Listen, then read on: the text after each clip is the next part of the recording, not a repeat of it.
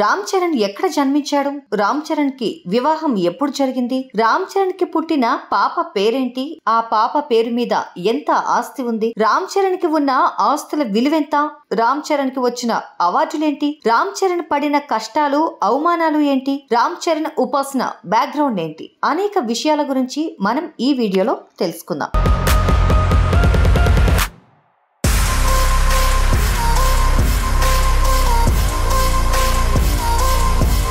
రామ్ చరణ్ తేజ్ ప్రముఖ తెలుగు సినిమా నటుడు, చిరంజీవి కుమారుడు. ఇతను తెలుగు సినిమా నటుడు, నిర్మాతగానే కాక Ram Charan Hyderabad polo riding club యొక్క ఓనర్. రామ్ చరణ్ తేజ్ మార్చ్ 27, 1985న చిరంజీవి సురేఖ దంపతులకు జన్మించాడు. ఇతనికి ఇద్దరు సోదరీమణులు శ్రీజ మరియు సుష్మిత.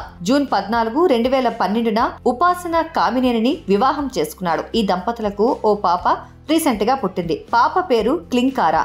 చరణ్ పూరి జగన్నాథ్ దర్శకత్వంలో 2007లో విడుదలైన చిరుత సినిమా చిత్రంతో తెలుగు ప్రజలకు పరిచయం అయ్యాడు. ఈ చిత్రం విజయవంతం అవడంతో పాటు తనకు ఆ సంవత్సరానికి ఉత్తమ నూతన నటుడిగా ఫిల్మ్ఫేర్ అవార్డు మరియు నంది స్పెషల్ జ్యూరీ అవార్డులని అందించింది. ఆ తర్వాత ఎస్ఎస్ రాజమౌళి గారు దర్శకత్వం వహించిన మగధీర చిత్రం సంచలన విజయం సాధించడంతో పాటు ఆ సంవత్సరానికి ఉత్తమ నటుడిగా ఫిల్మ్ఫేర్ అవార్డు మరియు నంది స్పెషల్ జ్యూరీ అవార్డులని అందించింది. మగధీర విజయంతో చరణ్ తెలుగు సినిమాలో తనకంటూ ఒక గుర్తింపును సంపాదించాడు. ఆపై 2010లో బొమ్మరిల్లు భాస్కర్ దర్శకత్వంలో ఆరెంజ్ చిత్రంలో నటించాడు. ఈ చిత్రం పరాజయం పాలైనప్పటికీ తన పూర్వ చిత్రాల్లాగే ఈ చిత్రంలో కూడా చరణ్ నటనకు విమర్శకుల నుంచి మంచి స్పందన లభించింది. ఇప్పటికీ ఆరెంజ్ సినిమాలో పాటలు ట్రెండింగ్ లో ఉన్నాయి. ఒక సంవత్సరం తర్వాత 2011లో సంపత్ నంది దర్శకత్వంలో రచ్చ చిత్రంలో నటించాడు. భారీ ఓపెనింగ్లను సాధించిన ఈ చిత్రం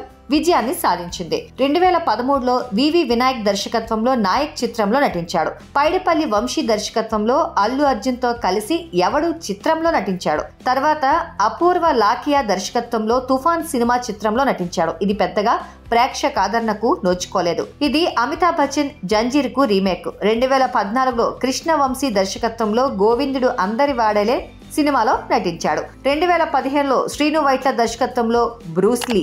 అది ఆశించిన ఫలితాన్ని ఇవ్వలేదు. 2016లో వచ్చిన ధృవ చిత్రంతో మళ్లీ విజయాన్ని అందుకున్నాడు. 2018లో వచ్చిన రంగస్థలం చిత్రంలో చెవిటివాడగా నటించి తన నట విశ్వరూపం ప్రదర్శించాడు. ఆ చిత్రం విజయంతో పాటు ఎన్నో రికార్డులు తిరగరాసింది.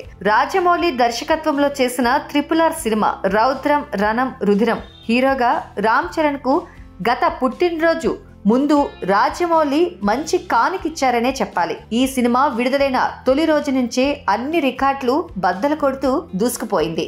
అంతేకాదు తొలి రోజు ఈ సినిమా ప్రపంచ వ్యాప్తంగా 235 కోట్ల గ్రాసు వసూళ్లను సాధించి భారతీయ బాక్సాఫీస్ దగ్గర సరికొత్త సంచలనాలకు వేదికగా నిలిచింది. ఈ చిత్రంలో ఎన్టీఆర్, అజయ్ దేవగన్లతో చరణ్ స్క్రీన్ షేర్ చేసుకున్నారు. RRR ఆచార్య సినిమాల తర్వాత రామ్ చరణ్ శంకర్ దర్శకత్వంలో ఓ సినిమా చేస్తున్నారు. హీరోగా రామ్ చరణ్ కు 15వ సినిమా. ఈ సినిమాకు సర్కారోడు అనే టైటిల్ పరిశీలనలో ఉంది. ఈ చిత్రాన్ని వచ్చే ఏడాది సంక్రాంతి కానుకగా విడుదల చేయాలనే ఆలోచనలో ఉన్నారు.